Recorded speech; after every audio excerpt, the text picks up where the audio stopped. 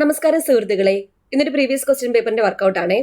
10th mains വിഭാഗത്തിൽ PSC നടത്തിയ ഒരു ക്വസ്റ്റ്യൻ പേപ്പറാണ് ICDS സൂപ്പർവൈസർ പരീക്ഷയുടെ. അപ്പൊ ഇതിൽ 18 ചോദ്യം നമ്മൾ ഓൾറെഡി ഡിസ്കസ് ചെയ്തിട്ടുണ്ട്. ക്വസ്റ്റ്യൻ പേപ്പേഴ്സ് എന്ന് പറയുന്ന പ്ലേലിസ്റ്റ് എടുത്ത് നോക്കിയാൽ മതി. അതിനകത്ത് തന്നെയാണ് റിലേറ്റഡ് ഫാക്ട്സും എല്ലാം ഇട്ടേക്കുന്നത്. അപ്പൊ ബാക്കി 19 മുതലുള്ള ചോദ്യങ്ങളാണ് ഇന്ന് ഡിസ്കസ് ചെയ്യുന്നത്. സ്റ്റാർട്ട് ചെയ്യാം. ടിപ്സ് ആൻഡ് ട്രിക്സ് ഫാമിലിയിലോട്ട് എല്ലാവരെയും സ്വാഗതം ചെയ്യുവാണേ. എൻ്റെ പേര് അശ്വതി.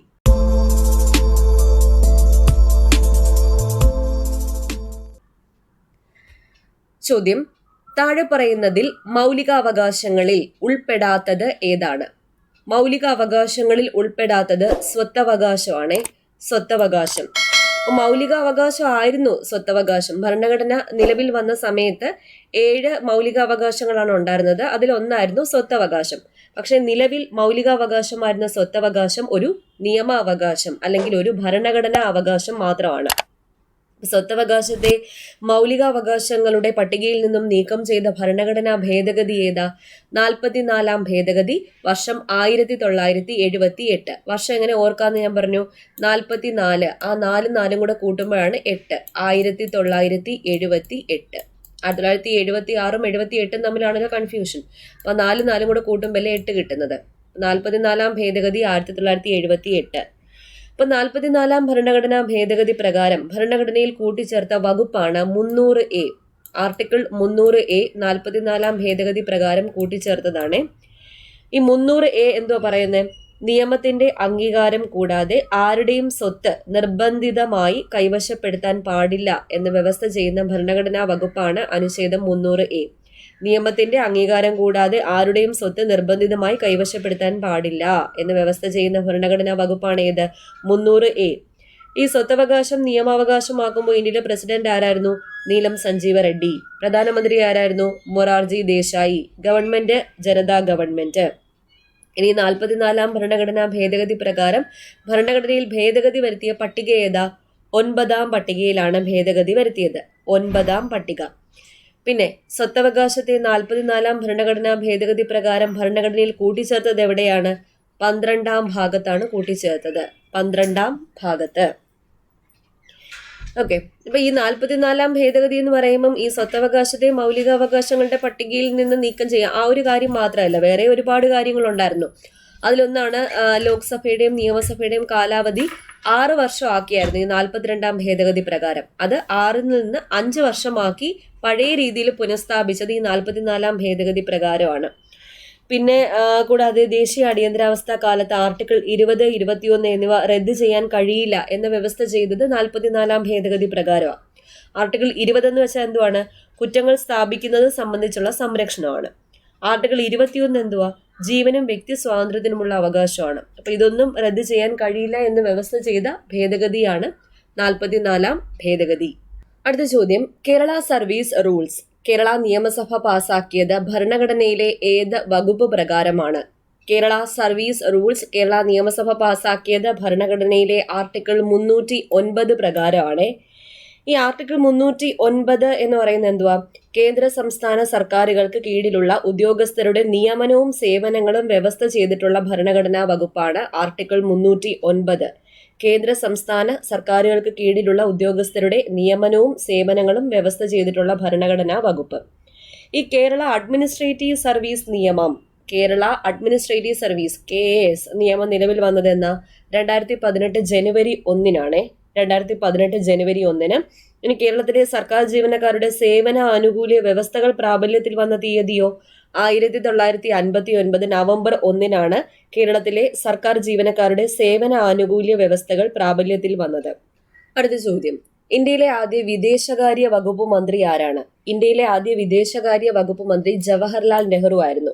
ജവഹർലാൽ നെഹ്റു. ഇപ്പൊ ഇന്ത്യയുടെ വിദേശകാര്യ മന്ത്രിയായ ആദ്യത്തെ വനിത ആരായിരുന്നു? ലക്ഷ്മി എൻ മേനോൻ. ലക്ഷ്മി എൻ മേനോൻ ആയിരുന്നു ഇന്ത്യയുടെ വിദേശകാര്യ മന്ത്രിയായ ആദ്യ വനിത. നിലവിലെ വിദേശകാര്യ മന്ത്രിയോ? എസ് ജയശങ്കർ. സുബ്രഹ്മണ്യം ജയശങ്കർ. ഇവിടെ ഓപ്ഷനിൽ ഗുൽസാരിലാൽ നന്ദയുണ്ട്. ഗുൽസാരിലാൽ നന്ദ ഇന്ത്യയുടെ ഏക ആക്ടിംഗ് പ്രധാനമന്ത്രി, അതായത് 2 തവണ ആക്ടിംഗ് പ്രധാനമന്ത്രി ആയിട്ടുള്ളത് ഗുൽസാരിലാൽ നന്ദയാണ്. എപ്പോഴൊക്കെയാ?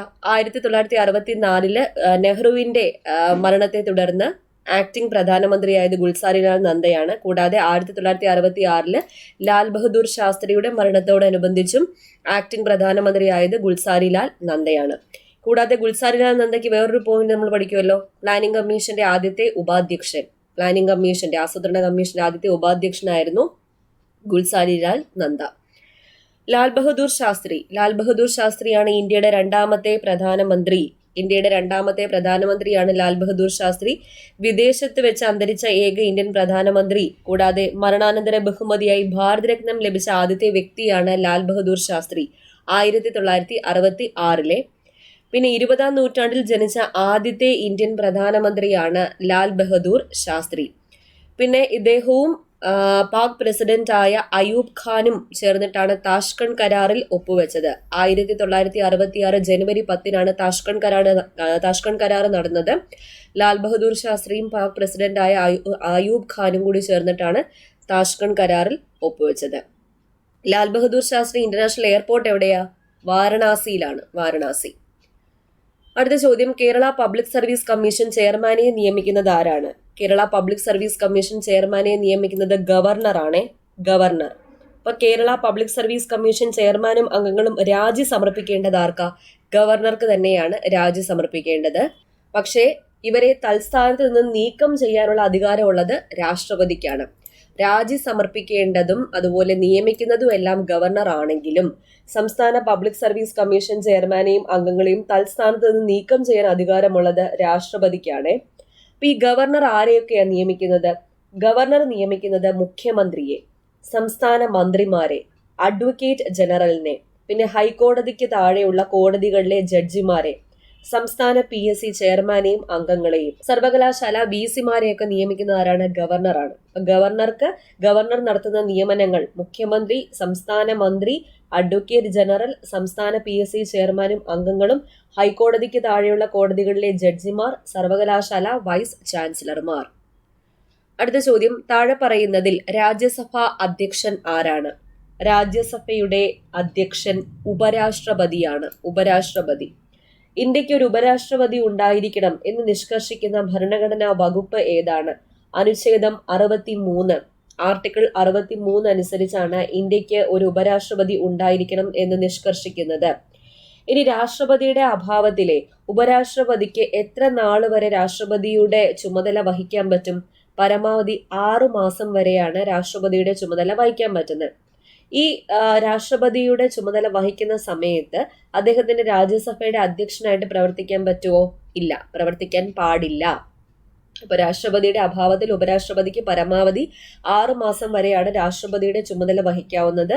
ഈ ഒരു സമയത്ത് ഉപരാഷ്ട്രപതിക്ക് രാജ്യസഭയുടെ അധ്യക്ഷനായിട്ട് പ്രവർത്തിക്കാൻ പറ്റത്തില്ല. പിന്നെ രാജ്യസഭയിലെ എല്ലാ ബില്ലുകളും പ്രമേയങ്ങളും ഉപരാഷ്ട്രപതിയുടെ അനുമതിയോടെ മാത്രമേ അവതരിപ്പിക്കാൻ പറ്റത്തുള്ളൂ. രാജ്യസഭയിലെ എല്ലാ ബില്ലുകളും പ്രമേയങ്ങളും ഒക്കെ ഉപരാഷ്ട്രപതിയുടെ അനുമതിയോടെ മാത്രമേ അവതരിപ്പിക്കാൻ പറ്റത്തുള്ളൂ. രാജ്യസഭയിലെ അംഗമാണോ അദ്ദേഹം? അംഗം അല്ല. രാജ്യസഭയിലെ അംഗമല്ലാത്തതിനാൽ ഇദ്ദേഹത്തിന് സഭയിൽ വോട്ട് ചെയ്യാനുള്ള അവകാശവും ഇല്ല. ഈ പോയിന്റൊക്കെ ഇമ്പോർട്ടന്റ് ആണ്. രാജ്യസഭയിലെ അംഗമല്ലാത്തത് കൊണ്ട് ഉപരാഷ്ട്രപതിക്ക് സഭയിൽ വോട്ട് ചെയ്യാനുള്ള അവകാശവും ഇല്ല. അടുത്ത ചോദ്യം, കേരള ഹൈക്കോടതി ചീഫ് ജസ്റ്റിസിനെ നിയമിക്കുന്നത് ആരാണ്? കേരള ഹൈക്കോടതി ചീഫ് ജസ്റ്റിസിനെ നിയമിക്കുന്നത് പ്രസിഡന്റ് ആണ്. പ്രസിഡന്റ്. രാഷ്ട്രപതിയാണ് ഹൈക്കോടതി ചീഫ് ജസ്റ്റിസ്, ഹൈക്കോടതി ജഡ്ജി, ഇവരെയൊക്കെ നിയമിക്കുന്നത് രാഷ്ട്രപതിയാണ്. ഇപ്പൊ ഈ ഹൈക്കോടതി ജഡ്ജിമാരുടെ നിയമനങ്ങളെ പറ്റി പരാമർശിക്കുന്ന അനുച്ഛേദം ഏതാണ്?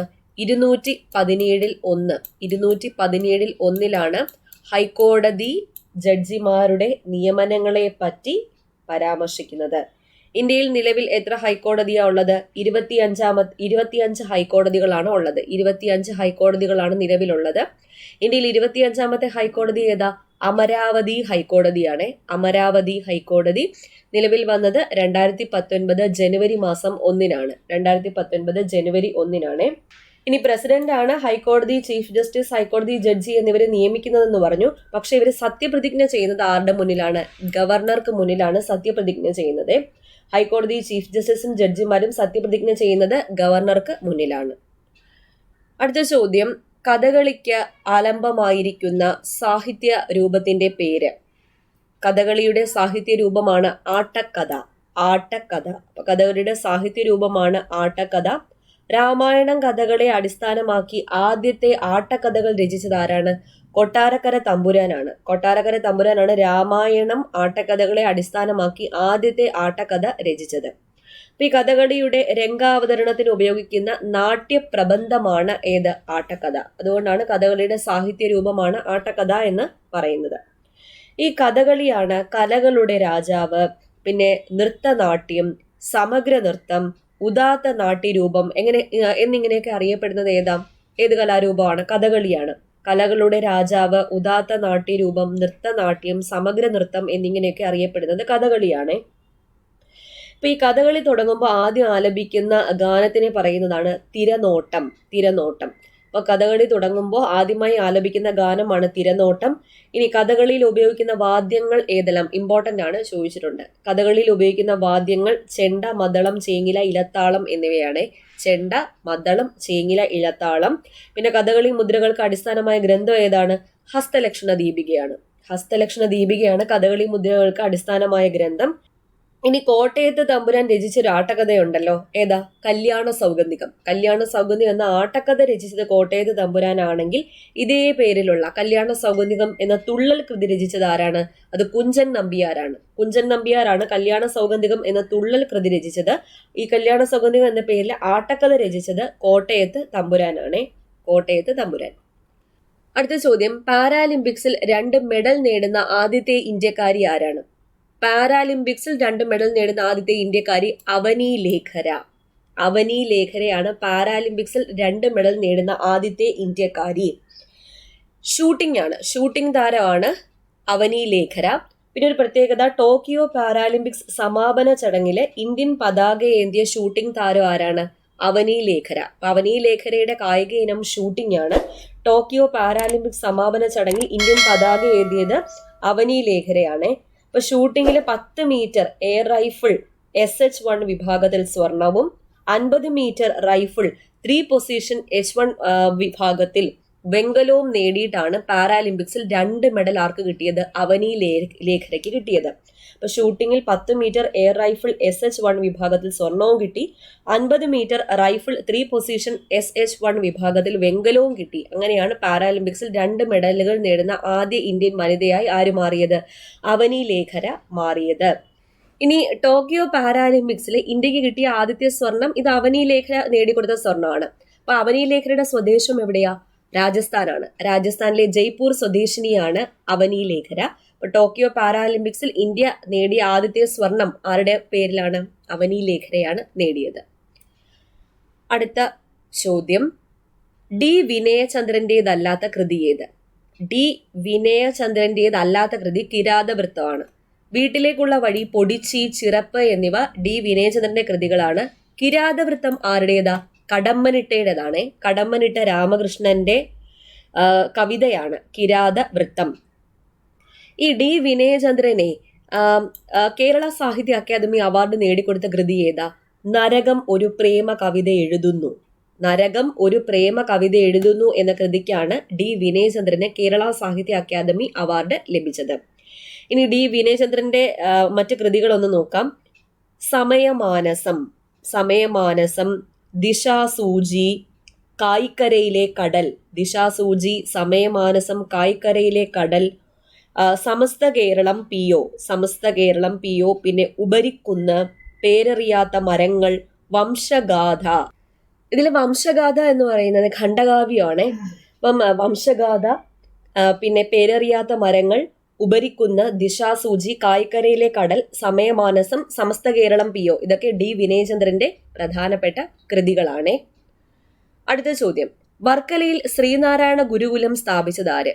വർക്കലയിൽ ശ്രീനാരായണ ഗുരുകുലം സ്ഥാപിച്ചത് നടരാജഗുരുവാണ്. നടരാജഗുരു, ഡോക്ടർ പൽപ്പുവിന്റെ പുത്രനാണ് നടരാജഗുരു. വർക്കലയിൽ ശ്രീനാരായണ ഗുരുകുലം സ്ഥാപിച്ചതെന്ന 1923 വർക്കലയിൽ ശ്രീനാരായണ ഗുരുകുലം സ്ഥാപിച്ചത്. ഈ നടരാജ ഗുരുവിന് ശേഷം ശ്രീനാരായണ ഗുരുകുലത്തിലെ ആചാര്യസ്ഥാനം ഏറ്റെടുത്തത് നിത്യ ചൈതന്യയതിയാണ്. നിത്യ ചൈതന്യയതി, ഓപ്ഷൻ ബി നിത്യ ചൈതന്യയതി ഇല്ലേ? അപ്പൊ അദ്ദേഹമാണ് നടരാജ ഗുരുവിന് ശേഷം ശ്രീനാരായണ ഗുരുകുലത്തിലെ ആചാര്യ സ്ഥാനം ഏറ്റെടുത്തത്?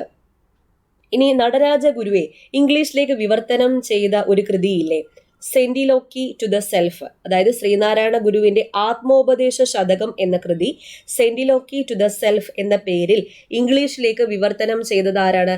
നടരാജ ഗുരുവാണ്. നടരാജ ഗുരു. ഓക്കെ, ഇത്രയും ചോദ്യങ്ങളാണ് ഇന്ന് ഡിസ്കസ് ചെയ്തത്. ഞാൻ പരമാവധി റെയർ ഫാക്ട്സ് കൂടുതലായിട്ട് ഉൾപ്പെടുത്താൻ വേണ്ടിയിട്ട് ശ്രമിച്ചിട്ടുണ്ട്.